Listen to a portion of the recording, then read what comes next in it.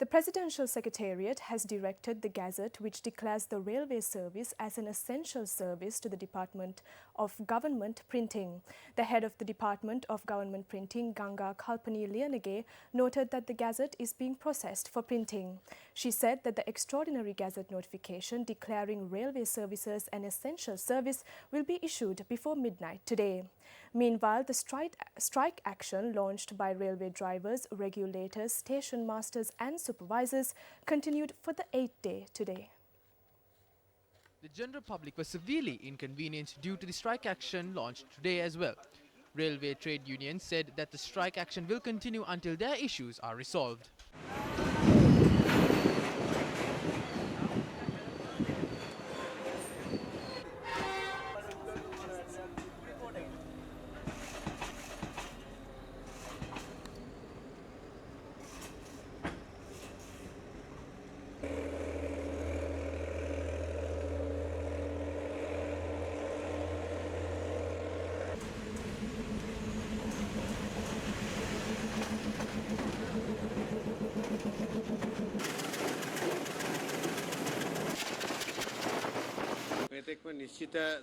No party has approached us for discussions or to provide solutions to our issues.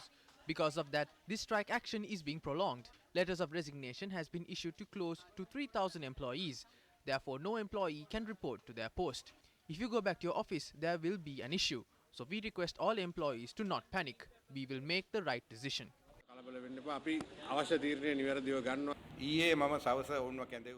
I summoned them last evening. I spoke to the General Manager of Railways too, but they insisted on continuing the strike action. Chairman of the Committee of Salaries said salary anomalies of 519,000 rupees will occur if these demands are met.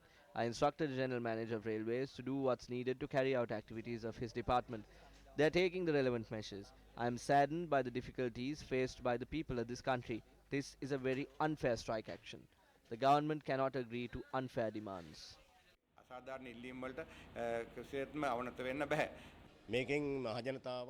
The main objective of this is to inconvenience the people of this country. We have found out that there is a political force behind this. If there was no political force, we'd definitely intervene and join this strike action. We can't support this because there is another motive here. The General Manager of Railways should take the fullest responsibility. The trade unions could have served the people of this country by continuing their offer, but the General Manager said no to the Minister and lost the opportunity. When the forces were about to get involved, they spoke to the other trade unions and defeated that attempt too. Ultimately, isn't it the general public that suffers from all ends? Will they claim responsibility if any harm is caused to the lives of the general public?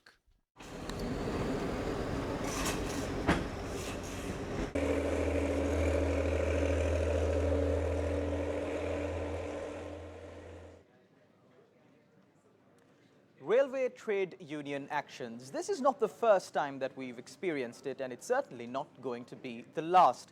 This government took almost 7 days to come up with a viable solution to this issue. However, the trade unions have still not called off their strike actions. When you speak about a commuter in a train, these people include people who cannot afford tickets to travel in buses and people who also find it convenient to travel in trains.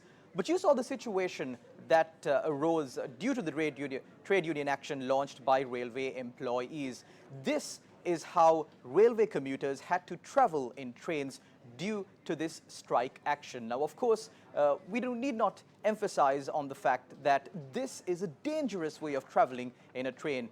We've seen how gruesome and how fatal train accidents can be, and if by chance any one of these commuters were injured or lost their life in traveling in trains like this, who would be held responsible for it? Would it be the government? Would the government take up responsibility? Would these trade unions take up responsibility? And how will these families be compensated? Of course, these questions were not considered.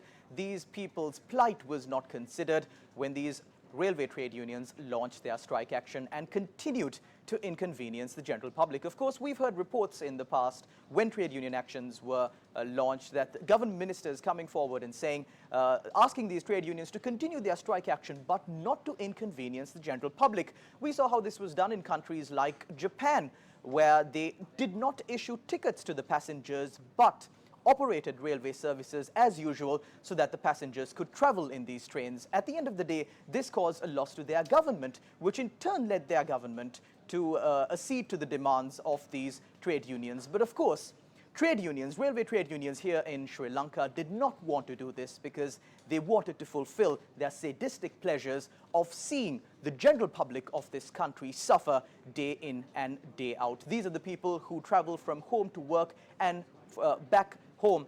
These people could not travel from using railway services because of this trade union action that was launched. Of course, the blame game was on full swing after the trade union action was launched, as the railway trade unions blamed the government for salary anomalies and the government blamed the railway trade unions for engaging in politics and having political influences. Of course, the government has a well set up framework as far as institutional aspect and as far as the investigative aspect goes to reveal these political influences if there were any.